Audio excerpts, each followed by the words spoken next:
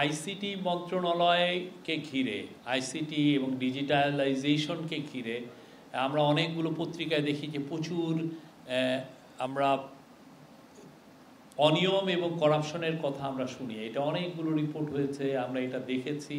তো এই বিষয়ে প্রফেসর ইউনূস চাচ্ছিলেন যে এটা একটা শ্বেতপত্র যাতে হয়, এটা ইন্টারিম গভর্নমেন্টের একটা ডিসিশন, যাতে একটা শ্বেতপত্র তৈরি করার আমরা প্ল্যান নিচ্ছি।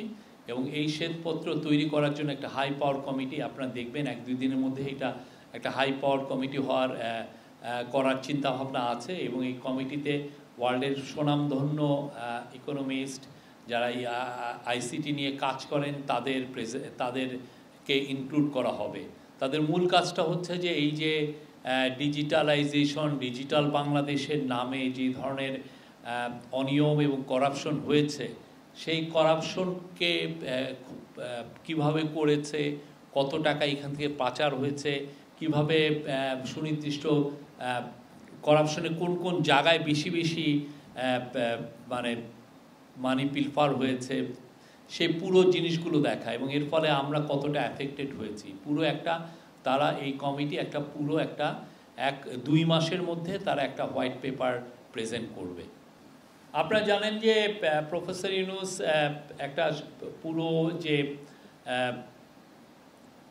এই গত রেজিমের সময় যে পরিমাণ চুরি হয়েছে, করাপশন হয়েছে, তারপর একটা হোয়াইট পেপার কমিটি করে দিয়েছিলেন ডক্টর দেবপ্রিয়র নেতৃত্বে।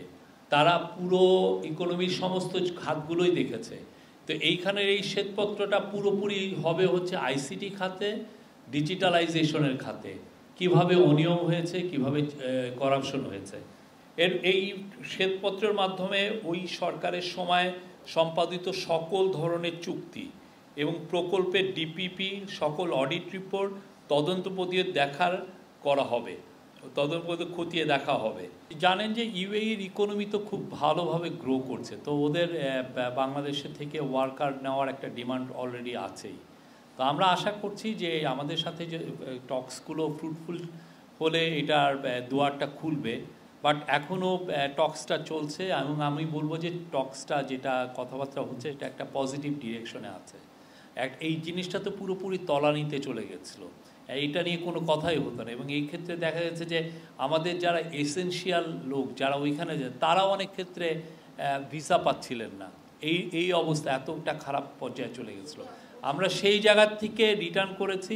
তো আমরা আশা করছি যে এটা আমাদের আশা এটা তাড়াতাড়ি এটা উঠবে এবং অ্যাট দ্য সেম টাইম এটা উঠলে আমরা মনে করি যে ইউএইতে যেহেতু ওদের ইকোনমিক গ্রোথ হচ্ছে প্রচুর, there will be big demand for our workers.